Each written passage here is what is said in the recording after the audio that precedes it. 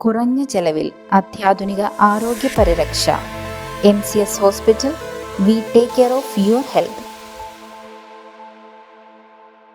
പാതിവില തട്ടിപ്പ് കേസിലെ ഒന്നാം പ്രതി അനന്തകൃഷ്ണന് വിചാരണ കോടതി ജാമ്യം അനുവദിച്ചു. അറസ്റ്റ് ചെയ്ത് 107 ദിവസം പൂർത്തിയാക്കിയ സാഹചര്യത്തിലാണ് കോടതി ജാമ്യാപേക്ഷ പരിഗണിച്ചത്. 4 മാസം കഴിഞ്ഞിട്ടും കുറ്റപത്രം സമർപ്പിക്കാൻ വൈകുന്നത് പ്രതിക്ക് അനുകൂലമായി. മൂവാറ്റുപുഴ പോലീസ് ആദ്യം രജിസ്റ്റർ ചെയ്ത കേസിലാണ് ജാമ്യം അനുവദിച്ചത്.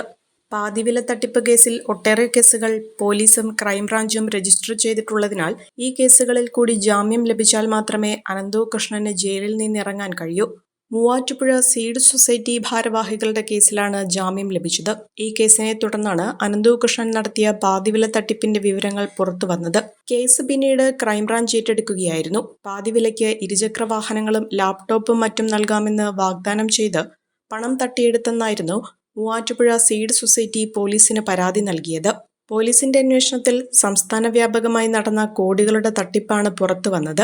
രാഷ്ട്രീയ മേഖലയിലും സാംസ്കാരിക മേഖലയിലുമുള്ള ഉന്നതരും കേസിൽ ഉൾപ്പെട്ടിട്ടുണ്ടെന്ന വിവരങ്ങൾ പുറത്തുവരികയും വിവാദമാകുകയും ചെയ്തതോടെ സർക്കാർ കേസ് ക്രൈംബ്രാഞ്ചിന് വിടുകയായിരുന്നു. ലോക്കൽ പോലീസിന്റെ അന്വേഷണ നിഗമനങ്ങൾ ശരിവയ്ക്കുന്ന വിവരങ്ങളാണ് ക്രൈംബ്രാഞ്ച് അന്വേഷണത്തിലും പുറത്തുവന്നത്.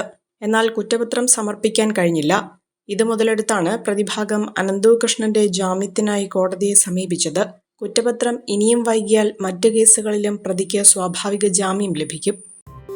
ചമയങ്ങളില്ലാതെ, ചായമില്ലാതെ, മായമില്ലാതെ ഹൈസ.